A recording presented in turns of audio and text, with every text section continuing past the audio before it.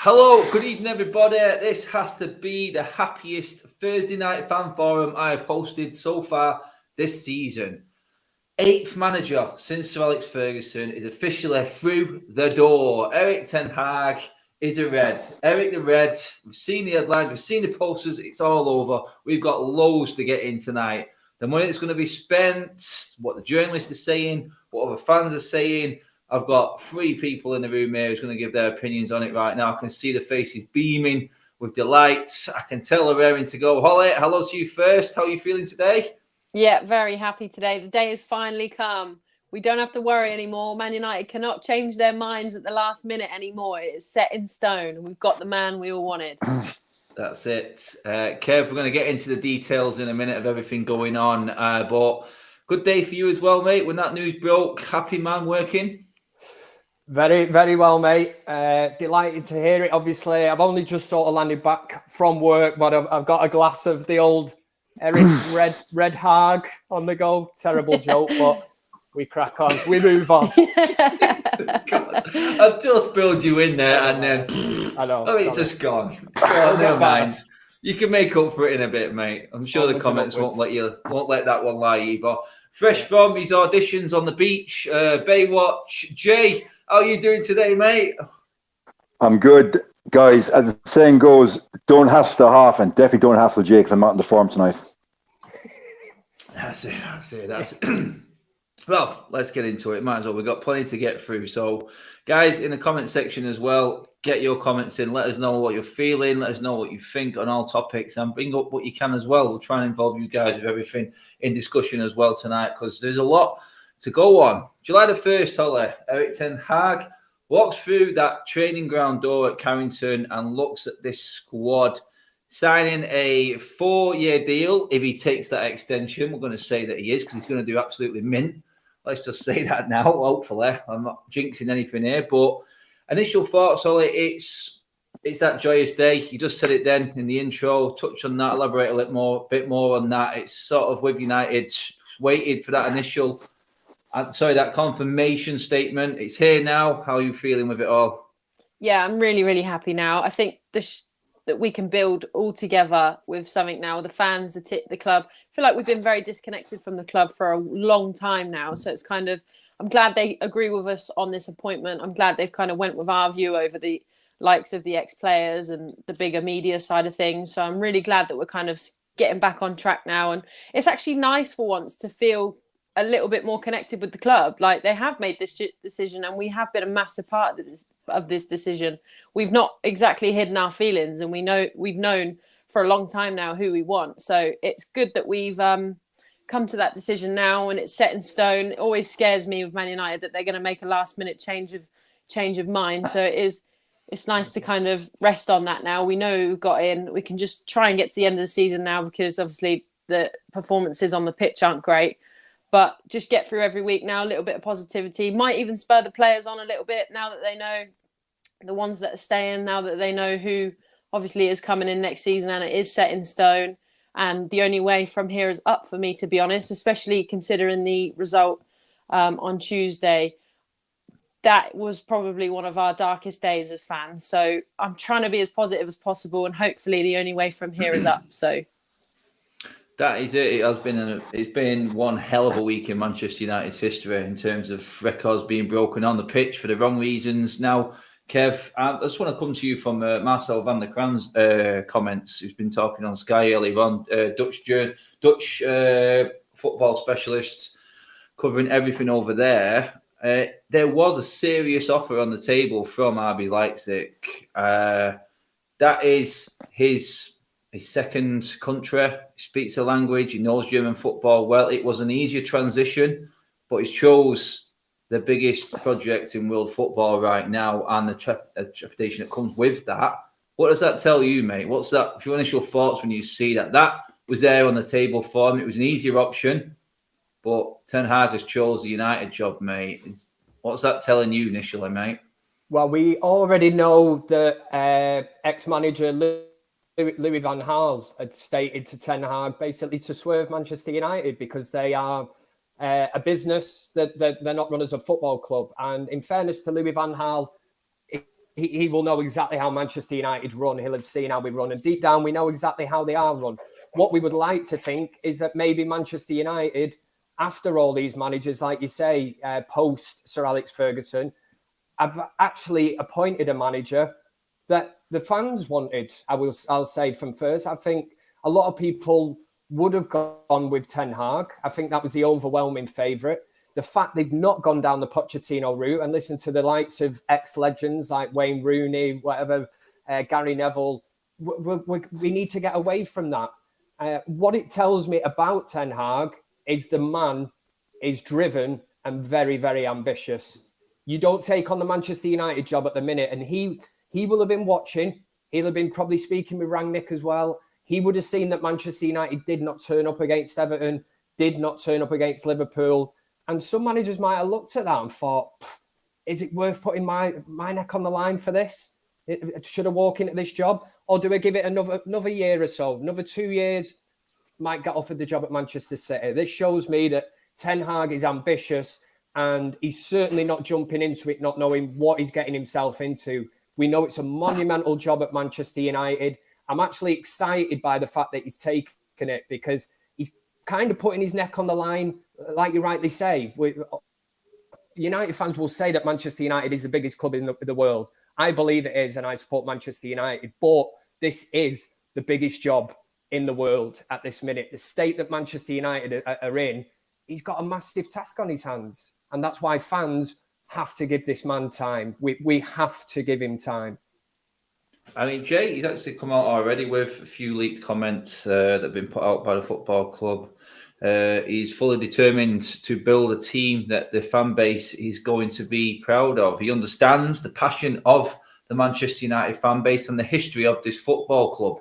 Working alongside Edwin van der Sar as a technical director of football would have helped in all of this. We're hearing, I think Sky were covering it before, that Van der Sar had a massive say and played a massive part in this again. So thank you, Edwin. You have pulled out some doozies recently for us, not even being at the club. So thank you. But that's the kind of words you want to hear from a manager. And words are cheap. We know this, Jay, obviously. But you can see with the philosophy that's behind him and how he plays football that that's probably words linking with actual the practical side of things with what Ten Hag is saying there. Probably the closest we've come to what we've all been craving and wanting. I mean, for you, them words alone, obviously, right now don't mean much. We need to see action, obviously, but happy with everything and how it's gone down. Time now to see out the end of this season, assess things and get things ready for the summer. Where are you feeling with everything right now on it, Jay?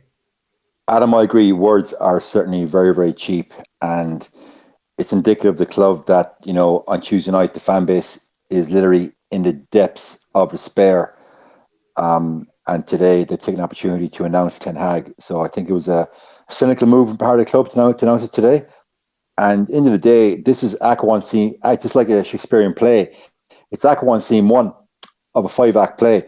I know a lot of fans now are getting drunk on emotion again. Oh, Ten Hag, Ten Hag, Ten Hag. Yeah, we all want him. It's probably the first time in years that the club has read the room. I do believe that if Woodward, with a massive ego and a point complex, was in charge, we'd be now chatting about Poch. So clearly there's been a shift in the mentality there that maybe there's a light in the tunnel and hopefully Ten Hag can see us to that light. It's a long road, guys. I'm not going to get carried away.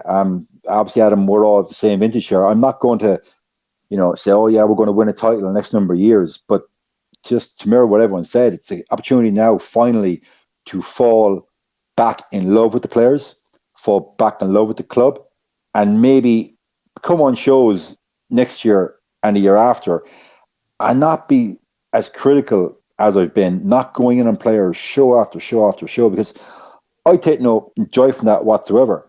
So it's a new start, but I'll go back to what I've said in previous shows. It's all very well appointing Ten Hag, but if I see the likes of Darren Fletcher sitting beside him in the tunnel next year, whispering in his ear for subs come on, I'll question what has really changed. Point 2, if we are still left with the vast bulk of the charlatans and the bluffers in that squad, and we all know who they are, if they're sitting there next season, well, then you question how much power does Ten Hag actually have? And we'll also question that he wasn't given the opportunity to yield that power. So right now, okay, I'm happy with the appointment, but I'm gonna hold my fire until I see what changes he's allowed to make. Yeah, understand. I'll tell you one thing that was fitting. Sorry, go on, Kev. Sorry to jump in there. It's the fact mate. that he's been announced as Manchester United manager. Previous managers, or what we count as managers, have actually been named as first team coaches. I don't know whether I'm reading too much into that, but when I hear Manchester United manager, I would like to think that he's going to be given, more control than what previous managers have had. Otherwise, there is absolutely no point in this appointment, which is why I'm hoping Ten Hag has challenged Manchester United and said, you need to give me, a list. And basically, I need total control. This is where previous regimes have failed. If you do not give me that, I cannot succeed at United. I'm working like previous managers with my hands tied behind my back. Yeah, on that, Kev, you've not misheard that, right? I think Damon Chef on Sky, I've heard Marcel van der Krant, also manager. One big thing that they've all said as well, and speaking to people around him, and these are all journalists talking, whether it be on the radio or on TV, mainstream media, have been saying, look, he has his vision, he has a clear vision, and it's his way or it's the highway. And that's the best sounding thing I've ever heard. Sounding, again, like Jay just backed me up with before. It sounds good. Actions speak louder than words, and we will see if that comes into fruition when he gets in place, Holly. But just want to go on to what Jamie Jackson from The Guardian said, actually. He's saying that Erik Ten Hag will be given what they're calling a lavish budget. There will be money and plenty of money to spend in the summer. Not extreme amounts of money, but it does go to back it up with the exodus that is reported. That does give him a bit more freedom in the transfer market with the likes of who we know leaving: Matic, Mata, Pogba, Lingard, Cavani, whoever it may be, Moore, Jones, Henderson. There's plenty going. Apparently, that is why he's going to get that bit of freedom in the transfer market. He needs that freedom, doesn't he, Holly? Because it's like we've just said there, like Jada said there, the proof is in the pudding, and what he gets to spend in the transfer market will be a lot of what the fan base judge what has been said in terms of Ten Hag and his philosophy, and him having full power to implement it. That transfer market is going to be a big sign of how much power he's got, isn't it? Yeah, we've already heard rumours of the kind of the players that he likes the look of, and who he thinks he can revive, that are already in our team. So it's obviously positive for us to hear that so far. But I think this transfer window coming up is very important, of course, because of the amount of players that we have coming out. But I think more so the transfer windows after that are way more important, because it's going to take him a few seasons to see how he wants to play and who he wants to play with. So it is vital that he is backed in the transfer windows coming as well. And I don't think it will be a substantial amount every summer. It won't be 200 million every summer, but he needs to just be backed at least a little bit. Like we saw in January, Rangnick wasn't backed, and he wasn't allowed any players. And I know that they did have the reasoning of, we're not sure who we want to get in as the manager to make any signings, which I do understand slightly, but we were slightly left behind by the likes of Newcastle and Tottenham and Aston Villa that did bring in the signings just to see off the season. We could have done with something. We could have done with even someone coming in and not necessarily being a starter would have massively boosted maybe even the morale in the team, which we can all see has really clearly dropped. So it's this transfer window, like I said, really important, but it's every single one after that just is vital to us if we want this rebuild to really work. And obviously it will take a long time, and I think we're all really prepared for that now. We've kind of hit the lows as fans now that we're ready to wait. Like, this is the happiest I've been, and I'm actually quite excited to be involved in this rebuild as well. It's come to a day where I'm excited to start again and start getting new players in and getting rid of the ones we have. There's not many now after that game, Liverpool especially, and the games before that. There's not many that I'd miss in this team at the moment. So I'm excited to see new people, and like you guys said, fall back in love with the team. That's what I want to do first and foremost. Obviously, I still love Manchester United, but I don't love the team at the moment, and I would just that's what I mean. I just really looking forward to it. But the transfer window to come, really important. He needs to be consistently backed. Backing in the outgoings is a big thing as well, Kev. It's not just about what comes in. We've seen Ranić wanting rid of Jesse in January, and the club come with that stupid, ridiculous statement about how important Jesse Lingard is. Then he walks onto an Anfield pitch wearing gloves in April. Saying I'm just going to get carried away with that. It's just I'm still wound up from Liverpool, and that was one of my just wound me up. It wound me up for another little thing. But Jimmy Jackson carries on actually in terms of how Ten Hag actually views. He's got players in groups, and he's talking about players in the pinnacle sort of group, the De Gea's, Varane, Bruno Fernandes, this type of player as his pinnacle group. He then drops down to the next line, which is like nearly there. And McTominay's name comes in again to that one. I'm just like, he just clings on to everything, doesn't he? I mean, what do these managers see? I'd give every player a fresh start under a manager in terms of young players coming forward. Maybe they can change them if they've got time, but there are players that need to go, obviously. But in terms of them groups, and then obviously he's got the younger talent, and we know his commitment to youth, Kev, as well. So having pulled full power over that, because there's plenty of names that are missing from that. And that pinnacle group has about 5 in it, mate. Music to my ears, because if that is true, he's seeing this group as nowhere near good enough. And I think them names, if you said to me, Varane, Bruno, De Gea, I'm starting to look at them as going, yeah, you could probably see them players, if any, being the ones that most United fans would see themselves in next season as the players that you want in your team. Sancho, Ronaldo, they're obviously mentioned as well. But that's a good sign for you, because he's not mentioning a lot of other players there. And for me, his power of being able to get rid of players is probably more important than bringing players in, if not. Yeah.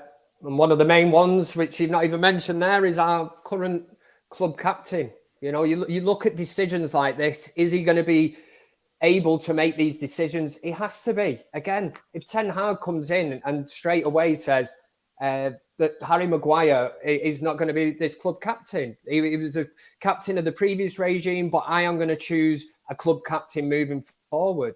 Even worse off for Harry Maguire. In fact, I don't really want to work with you. I don't see much I can develop in you. I'm going to sell you.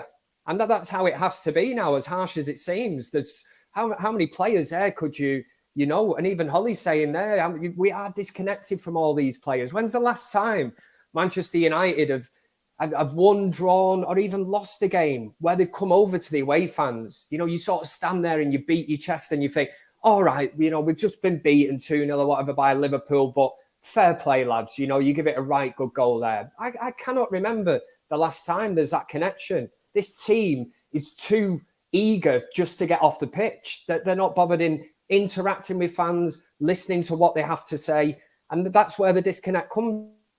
But on the subject of how many can go, I mean, I've said it in the heat of the moment the last few weeks. I think barring, if Ronaldo wanted to stay, that would be great. Varane, again, he might look at Varane and say, injury-wise, can I count on this guy, you know, for a full season? This is going to be my first full season in charge. Look at the injuries. Yes, he's a great player when he's not injured. But there's so many players there that you just would not be asked about if they left Manchester United. De Gea has been sensational in a team that has been very, very poor. And then the question marks hang over more or less three of the back four at the minute. And then moving into midfield, we haven't got one. And we already know Cavani has checked out. Jesse Lingard shouldn't be there. McTominay, Fred, is he going to fancy them? Will he look at them and think, I can work with these? I do actually, as funny as it sounds, think he might look at Fred as being a player that he can get into his system and get something out of. But the main thing, Adam, is getting a system at Old Trafford. Mm-hmm. We haven't had a system or a style of play. Once you get that, you start throwing them players in. We've had our fingers burnt so many times. It is not about signing the players that are going to sell the shirts, get the social media hits and all that. Manchester United need to quickly realise that. It's gone on far too long now. We're getting in a manager. You look at his past track record at Ajax. After losing, the Champions League semi-final, only just missing out after Tottenham knocked him out. that they continuously lose their best players. What was it? De Ligt after that final semi-final went, De Jong, yet he still brings through players. And I know people always hit back and say, Kev, that's the Ajax way, the academy and all that. When I'm saying total control with Ten Hag, I want him to oversee the whole lot. And the cherry on the icing on top of the cake would have been if Van der Sar would have been announced today as coming with him. I would have been like, Christmas, birthdays, everything's rolled into one. Everything's happened. But listen, you can't have everything, but you need to give the man control. That's the main 2 words for me, total control.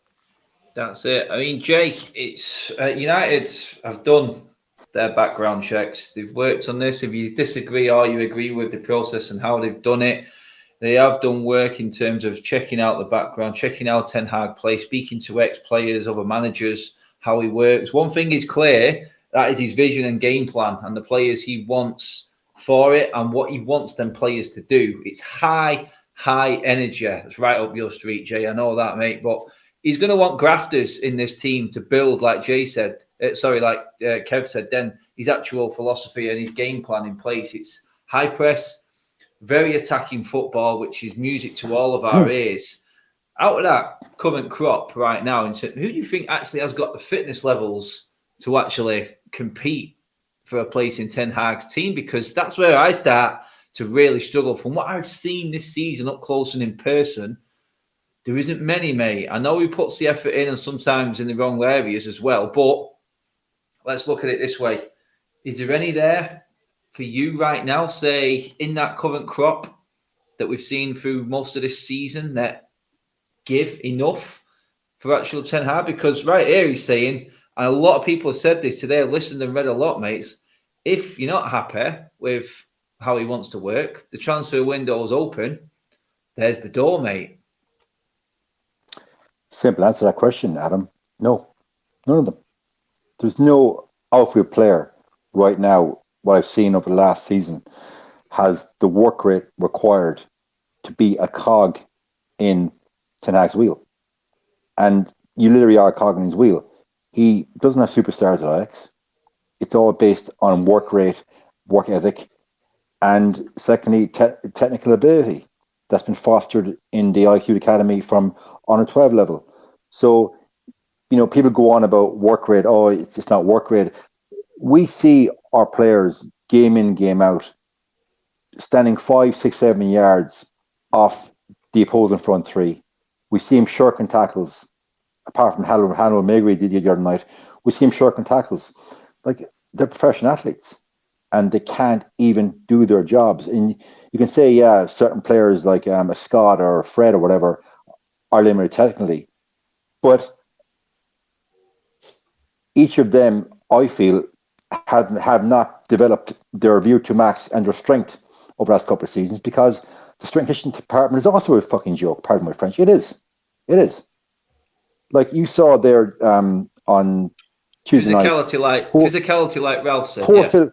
Poor Phil Jones, right? And you got to give Phil Jones all the credit in the world. Man of the match against Wolves. And he came on. The poor lad, within 30 minutes, he was blown out his arse. Within 30 minutes, Marcus Rashford has been blown out his arse for 2 years because the lad simply is not fit. And we made all excuses for him last season on shows, and we did, saying injuries, blah, blah, blah. He's simply not fit. That's it. A lot of the players simply aren't fit. That's how it is. Like the physical specimen on that team is Ronaldo. But Ronaldo is not going to sprint around for 90 minutes. He's 37 years of age. He's not going to do it. So a simple answer, no. I don't think any of those outfield players, based on what I've seen, have the physicality and the credentials to be a cog in Ten Hag's wheel.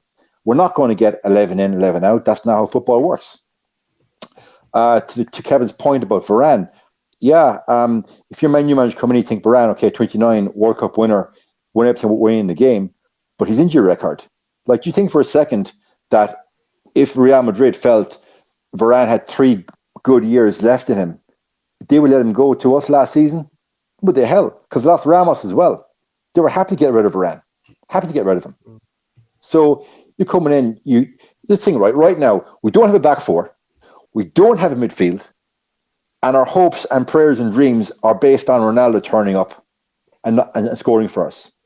And we've got two young, inexperienced wingers in Alanga, and Shaqiri is going to come back. We know Paleski is going to come back.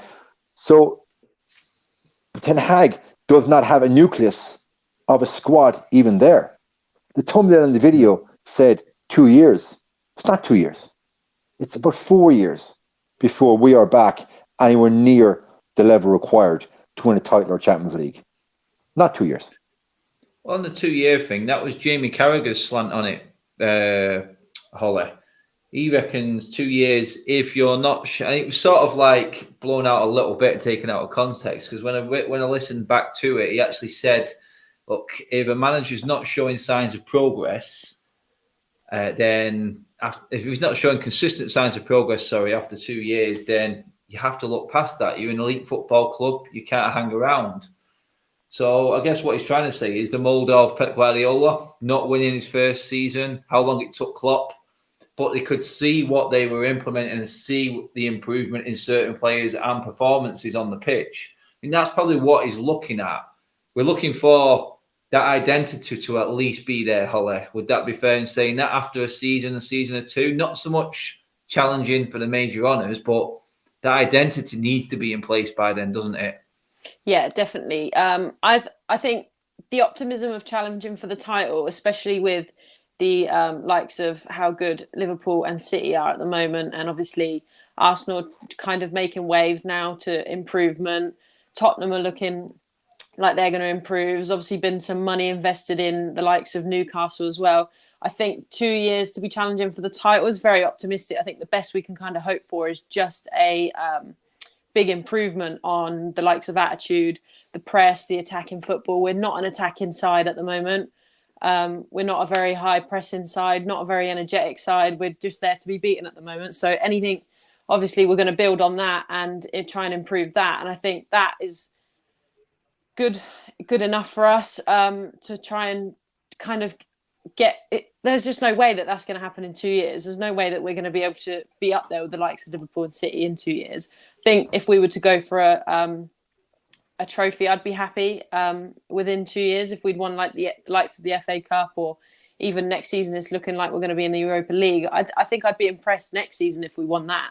So, but it will take him a while because the amount of players he needs to get out this season, there's a lot there that he wants to get new ones in. It will take that. Not every one of them new ones that come in, obviously, because we need so many. Not all of them are going to like hit the ground running. So it will be a while, especially because of the massive rebuild he has to do.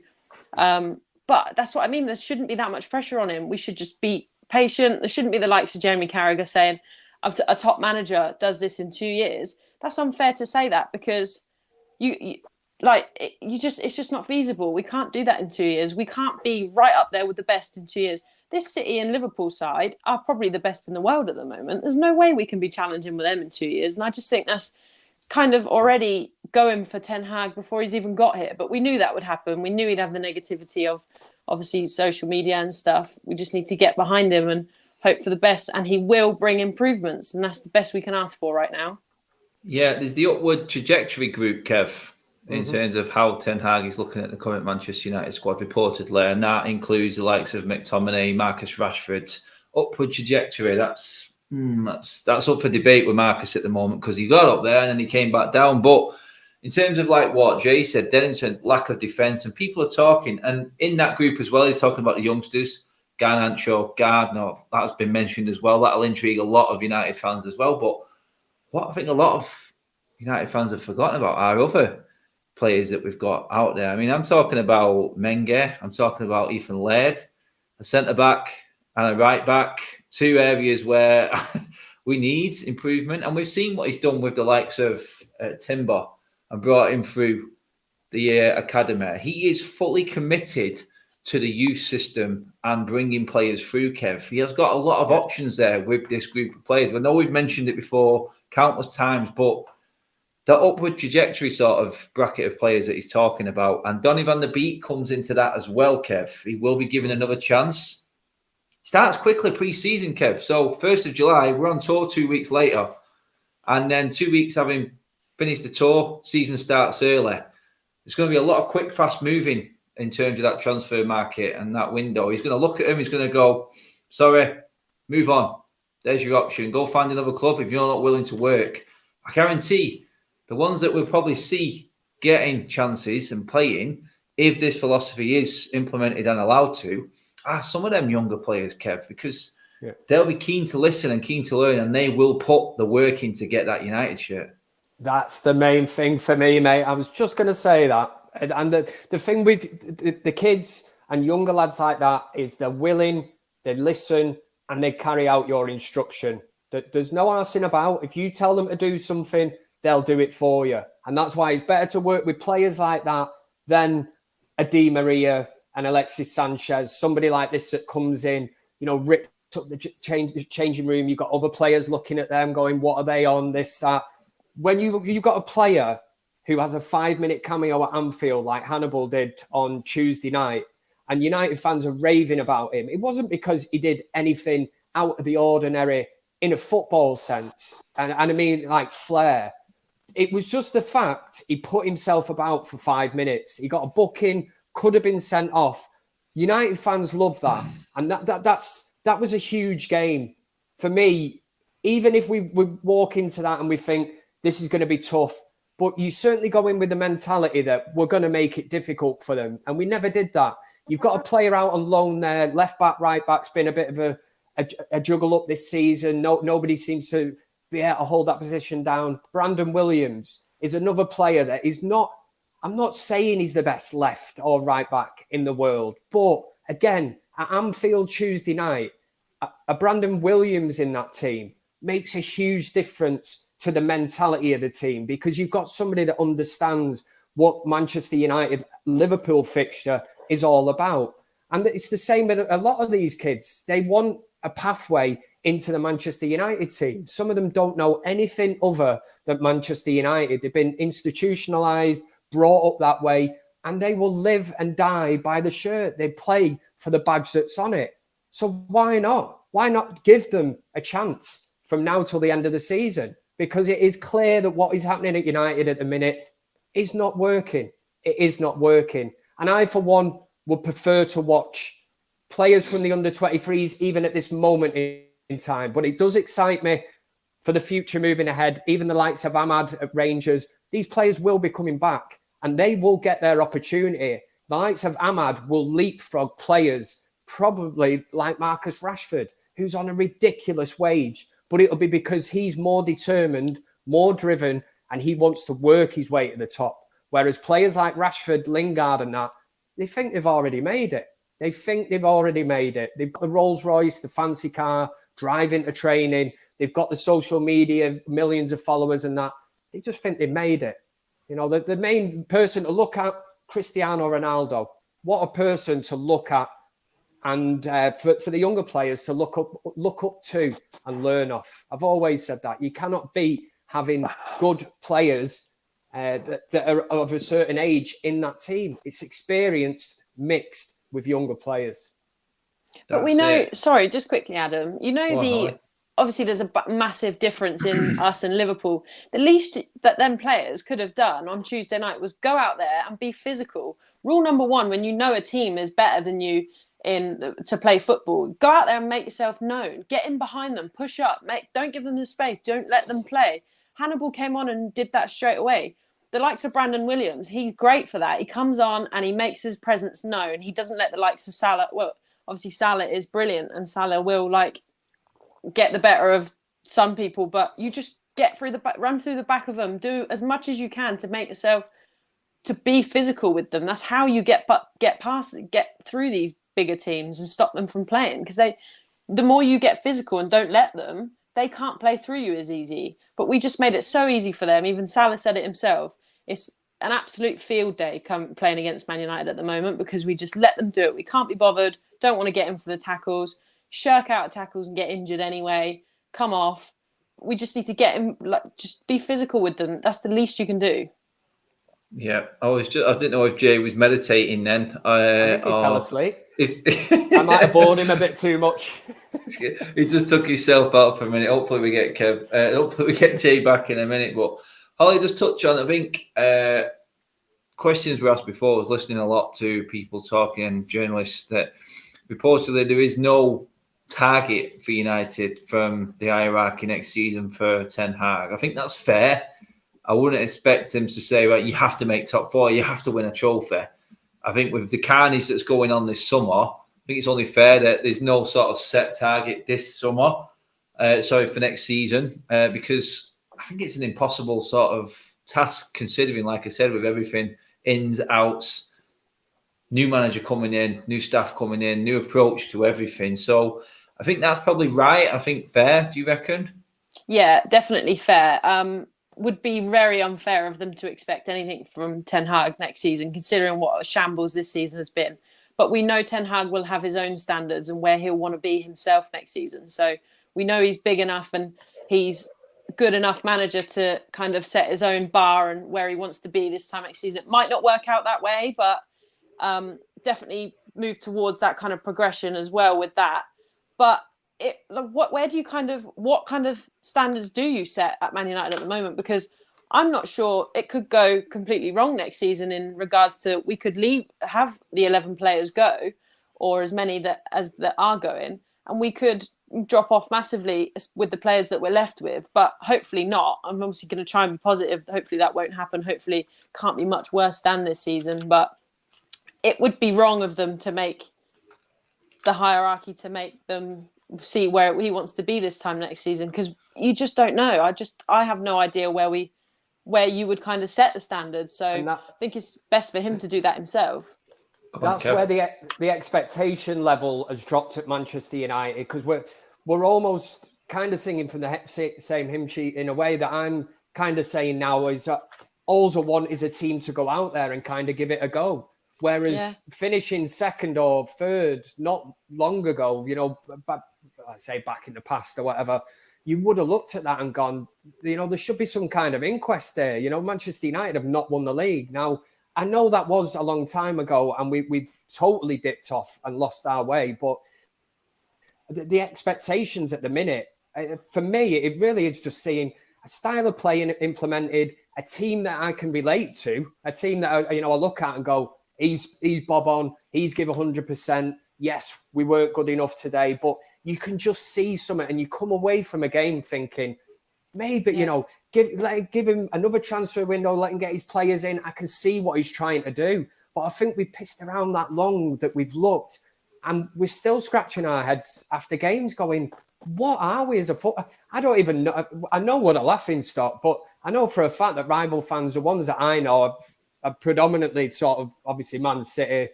and Liverpool fans. They're constantly at me all the time. Kev, you shit. And I'm like, well, it's not me. It's not my fault that there's nothing I can do. I just support that club. But it's anything just to get it, Kev. Mate. Kev, you shit. It's not me. Mate, I was there. There at Anfield on Tuesday, it was just like there's nowhere to hide for United fans at the moment. And at least about 7 or 8 of the players came over and gave us a clap towards the end this time. They had to. It's the minimum that they had to, but some didn't, which I find absolutely bewildering. But Jay, just before you went, mate, we were just talking about the club not actually setting any target for Ten Hag in this next season coming. I think we're all agreeing that that's fair because there's that much going on behind the scenes and that much change. Are you in agreement with that, or what would be your sort of happy place in terms of finishing this season and what you want to see? First of all, I want to apologise. I deal with a work phone call, so apologies on that. So was it the Hoff, mate? Yeah, was he getting on? It was the Hoff. The Hoff was ringing me because he dropped his hairdryer and he wanted to discuss how to do his hair for a proper blow dry. But it is what it is. The joys of Hollywood life. You know how it is, boys and lady. So what would make me happy with this club? I suppose the happiness with this club has been sucked out of the last couple of years. I haven't been happy probably since United won the Europa League back in 2017. 18. That's the last time I was happy. Honestly, that's the last time I was happy with this club, 2018. When's the last time, Jay? When's the last time you were and you guys in the comments as well, when's the last time you were really proud of this team? Oh, a team that I could identify with. I really identify with a team. I suppose the 08 team, that was the last time. Rooney, Ronaldo, and he should not be named in the front three. We still had Carragher pulling strings. Obviously, Van der Sar, John O'Shea was there. Park, real guys that went out literally and would die in their soul for the club. And I agree with Kevin's points previously, where he said that he would happily play the young lads the rest of the season, because at least the young lads, they'll go out, as I said, and they'll die in their soul for the club. And what we've seen this last couple of months, guys, it's gone beyond embarrassing. And I suppose as a fan watching all these years now, I become very detached and very, very critical. And maybe it's mark of, I suppose, you've seen the good times in the 90s and the 90s, and then you've seen the dross that's handed up now. And this is the standards. Like, the players just don't care about the fans. They don't care about the jersey. There's no pride. And until I see players rekindle the pride in playing for the jersey, I'm going to find it very hard to fall back in love with the team. So last team that I actually loved was 08. That's a long time ago, Holly. Good question. I think good question. The last time when we won the Europa League, as you rightly say, I think which was 17, by the way. Yeah, sorry, I got that. 17-18 was the second in the league season that Jose bragged about. I got that one mixed up. That's it. Well, that was a big moment, I felt, but it was more for Manchester, that, because obviously that was the year of the bombing, the Manchester Arena bombing, and I remember at the time it was almost like a huge thing, and I actually felt as if even United fans were behind Manchester, even City fans and that. I remember saying, and there was a big thing. It was like, do it for Manchester. It was almost that feeling of, and it was. I think it was great to win it that year, but again, I wouldn't say I loved the team. I think we did a show a while ago, Jay, and I looked at that team. It was unbelievable. Consider they were a half-decent Ajax team that Mourinho managed to beat in that final. We had the likes of, who was it? The Phil Jones, Smalling. Damian. Valencia was there. Ashley Young was there. Who else? There was some... world-class Fellaini was there, knocking balls off his chest and his afro. Pogba was actually Mkhitaryan. And actually, that season, Pogba actually wasn't half bad that season. He actually did his job. So Pogba season went from doing his job to fake an injury after a couple of minutes and go off the pitch at Anfield. How times have changed, guys. That's it. Well, Anyway, back. Was the ring leader. Yeah, I take Zlatan back right now all day long. My God, there's a leader right there for you, the Lion. Please give me a bit of that character in the dressing room. But back to reality, sadly, there is none of that. But what is changed? I mean, we're talking about structure, we're talking about culture, we're talking about change. I think one of the biggest headlines this week, Kev, was the head scouts of Manchester United leaving the football club. That to me, I went, okay, interesting enough. Where we've fallen drastically in recruitment over the last few years, maybe we are actually looking at the structure of this football club, because they've been there a long time. Was it 17 years or something? It was. I mean, wow. This is exactly. I'm glad you brought this point up, because I'm reading into that, right, and I'm seeing that. They've left the club. I think it was after, say 16, 17 years. So I'm looking at that and thinking, God, that's a long time, that. So I'm looking at one of them and think, so who is he responsible for scouting at Manchester United? Because we all know that Manchester United's scouting network's not been the greatest, has it, over the years? And the one name that one of them, he was responsible for bringing Javier Hernandez, Chicharito to United, which I thought, well, fair enough. And I'm thinking, well, who are the others? That was it.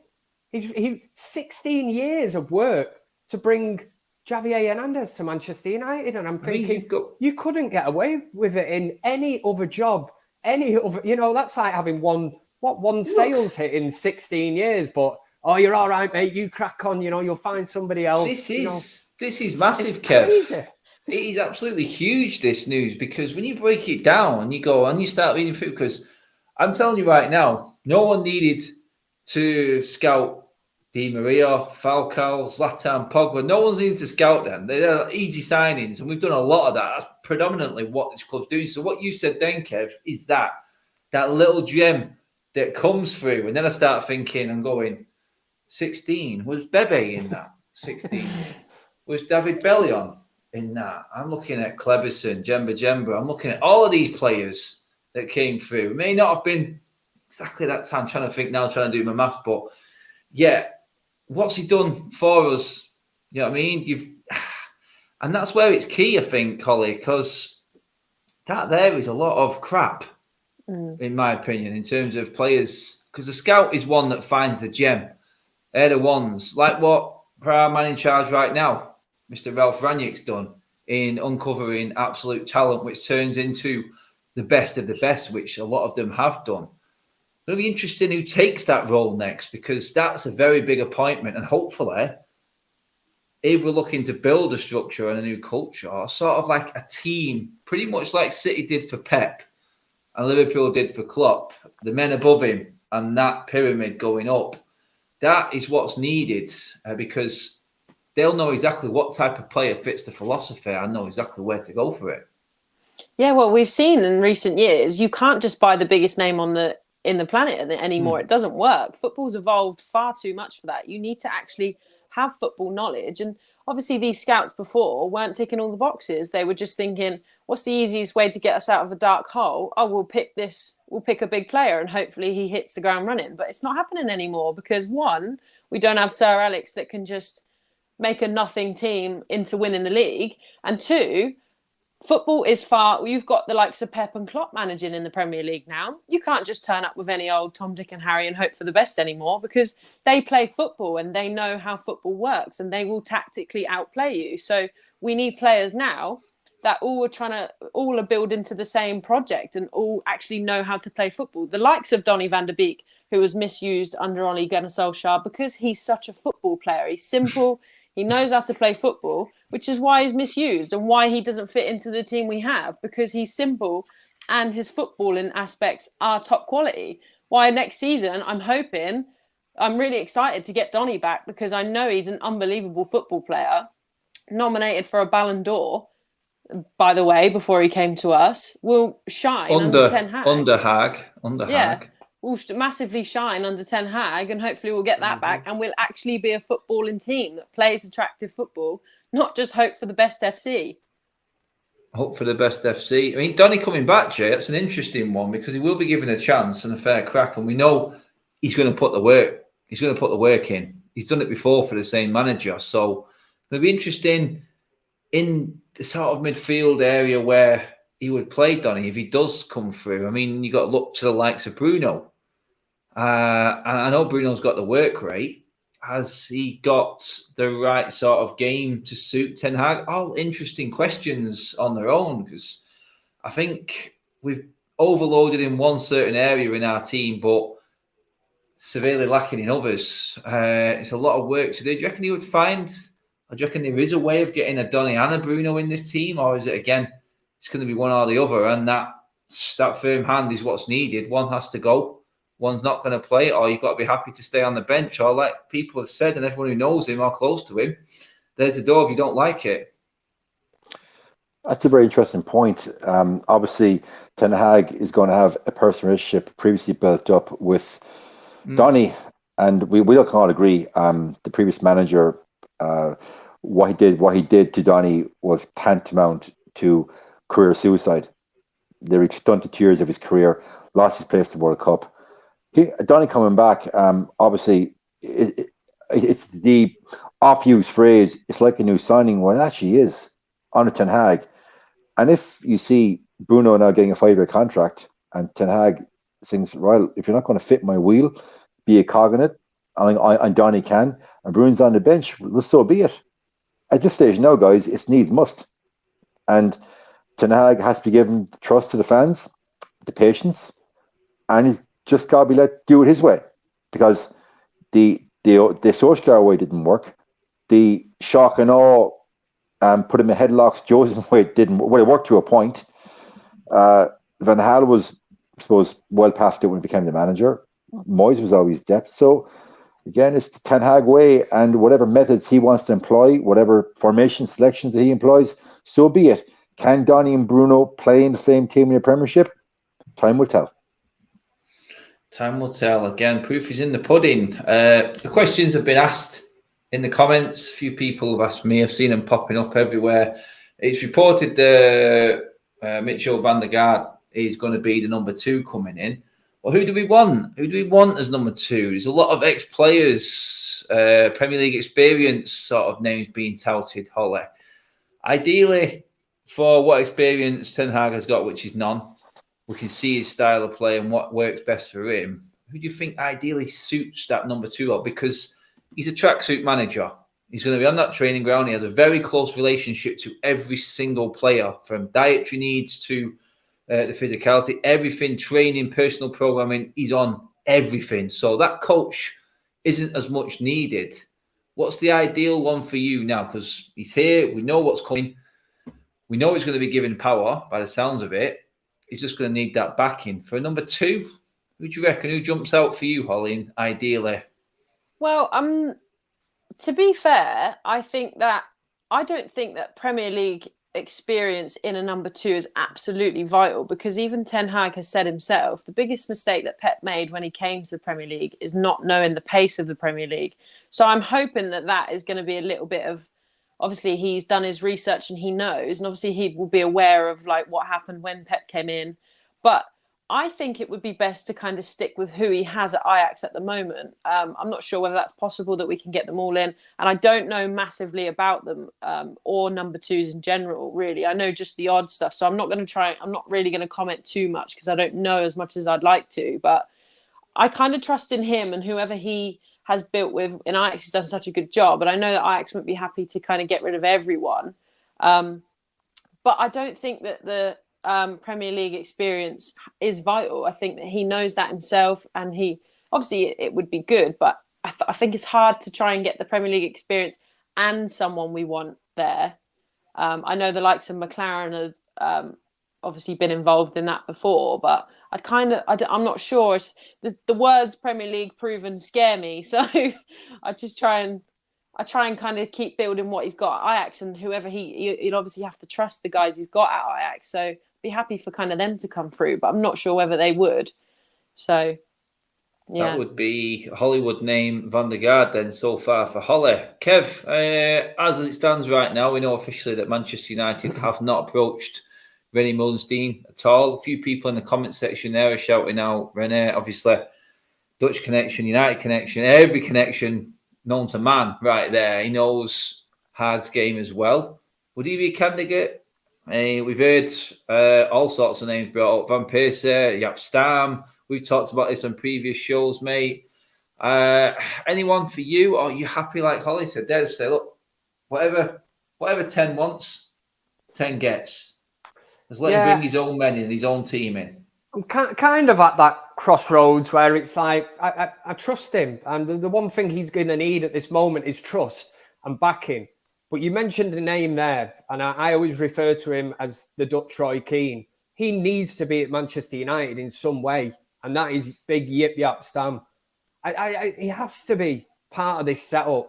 It really would be. I said Van der Sar earlier would have been the final piece of the jigsaw or whatever, the cherry on the top of the icing, on top of the cake or whatever. But Jaap Stam, now whether it's a coaching role, whether it's second in command, whatever, Jaap Stam knows how Manchester United works. And I know a lot of people will laugh, Ole Gunnar Solskjaer did, Darren Fletcher should know and all this. Jaap Stam is a different animal altogether.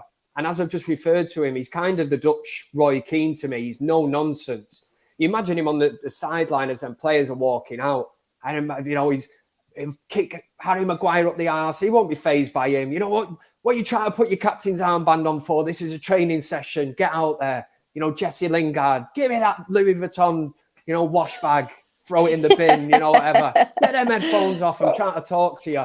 Just back to basics. I think Jaap Stam would be an incredible character to have at Manchester United, but also a daunting one, because I think we know deep down Roy Keane's never going to get back into, Manchester United as much as some of us would love it. He's maybe a bit too full on, but I think Jaap Stam would be sensational. It really, that's the cat amongst the pigeons. Something to think about. I think he'd be a fantastic coach. And again, who's going to argue with him? Not But even Harry Kev, Maguire. can you imagine some of our boys under Yap Stam though? It would be carnage. No, I can't, because. But again, it's if you don't like it, then there's the door, Yeah. mate. Grab your Louis Vuitton wash bag, get your headphones back on, and head off in your It's more pink for the- Rolls Royce. It's more for the presence you'd kind of get him in for, because obviously he's had coaching experience before, but the presence of Yap Stam would be massive, I think, even if it's not in the long run, to get them kind of going in the first place would be good even. I thought you were talking about Christmas presents then, Ollie. I'm thinking, what's he going to get him? I wish. Yeah, but on that, I mean, Jay, it all works as long as he gets what he wants. That's the only way we get to see Ten Hag in full flow, because it works now, because 4.5 years of success, like Van der Sar was speaking before about Ten Hag, it's because that club has fully backed him and got behind him, giving him what he needs to the club's full resources. Now, the step up would be to Manchester United and their resources, which are massive in comparison to Ajax. Does he get all of that? And if he does, that's the only way eventually he will get up there with Klopp, Pep, Conte, Tuchel. It's the only way, isn't it, Jay? Because I trust in him to bring his team in. We've just got to hope that the football club do the same thing now, because they spent all the time doing the research. They know what he needs. They know what he plays like, what he wants. They've done it properly at this point. But like we keep saying, mate, it's now give him the reins and let him take it up. Obviously, he's going to be dealing with a much deeper well of resources at United vis-a-vis Ajax.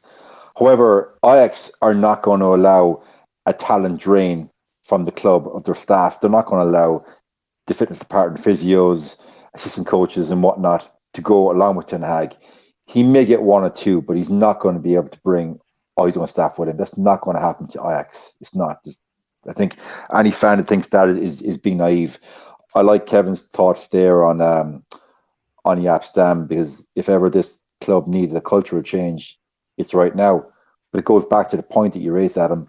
Like, okay, talk is great. That was the start of the show. Talk is great. Actions speak louder than words, all the cliches. But will he be given the power and the 4 years to yield that power? That is the burning question, guys. You know, the club can talk all they want that they're impressed with his interview. Yeah, we know. The sound bites coming out from the various journalists saying pretty much the same thing, and saying that his ethos is going to come in and change. Keep buzzword here. It seems to be change, but human beings are resilient to change. God, I hope and so. he's going to be left with probably 6-7 players from that current setup. That every one of them is not going to buy into the philosophy. He's going to put Catman the Pigeons in the preseason. It's a very short preseason with the World Cup, so don't expect come the first game in August into September that we are, playing exactly the way he wants to play. All the players have gelled. It's not going to happen overnight. So I think we've got to be very, very patient as a fan base. Oh, 100% agree with that. Sorry, but Ricky was actually just trying to ring me mid-show. I'm like, Ricky, come on, mate. I know you're keen to get your say, but save it for Sunday, mate. Save it for Sunday. But it'll be interesting to see what Ricky thinks and all of this, because I do believe that we are going to see, well, it's very attacking, so it's going to be interesting to see what Ricky thinks about this style of football. It's not all his style, but... Mind the football. Remember now, mind that football. Yeah. Yeah, we are going to see a complete change. Adam maybe he is watching and he's ringing to say, you never mentioned Mata or Matic earlier in that group of players. I did mention him in the group on the way out of Old Trafford, sadly for Rickster, but we didn't even mention Martial tonight. We ain't got time. There's that many ins and outs that are going to happen. There's plenty of shows coming up as well to cover all of that. It just adds to the intrigue now. But the season's not over. Arsenal on Saturday. We're going to finish the show there. I will be back at weekend, obviously, with a trip down to the Emirates. These guys are going to be back on the fan forum covering everything. Can we see past the end of this season, dissect a decent game of football before it ends? not going to get my hopes up. But cheers everybody for watching. Absolutely brilliant comments, super chats on point tonight. Holly, thanks for coming on as always. No problem. Big up to everyone in the live chat as well. Really enjoyed reading along with the comments. Really good chatting in there, and really good to be on the show again. So best hopes for Arsenal on Saturday, but won't get my hopes up. Lovely. We're all hoping. Kev, cheers for coming on, mate, as always. Thanks very much. Enjoyed it. I'm glad that this day has finally arrived. Obviously, on the United stand, I think it was about a week ago, wasn't it? We were all over this news, and now at least it is 100% official. And thanks to whoever in the background decided to put me next to Jay this evening, like The Rock next to Mr. Bean or something. And obviously, I'm Mr. Bean, but I deal with it. We move on. We move on to the next show. That's it. Well, Jay's been training with a Hoff, hasn't he? So that's it. But Jay, back to training. Cheers for coming down and fitting us in your Baywatch beach schedule filming, mate. Thanks, Adam. Much appreciated. Look, it's rare that you get to come on and we actually have a positive show and we're all laughing together at the end, because it's been a turgid season. So onwards and upwards. Yeah. That is it, everybody. Don't forget to hit the like button on your way out, everyone. The subscribe button is right there, bottom hand corner. Just hit that. Subscribe to United Stand. Over 1.3 million now. Flying. And hopefully we'll be talking more positively like this and more shows to come. But enjoy the rest of the evening, everybody. We'll see you over this busy weekend coming up. Have a good one. And hopefully the Reds can give us something to cheer at on the pitch as well. See you later, everyone. Night.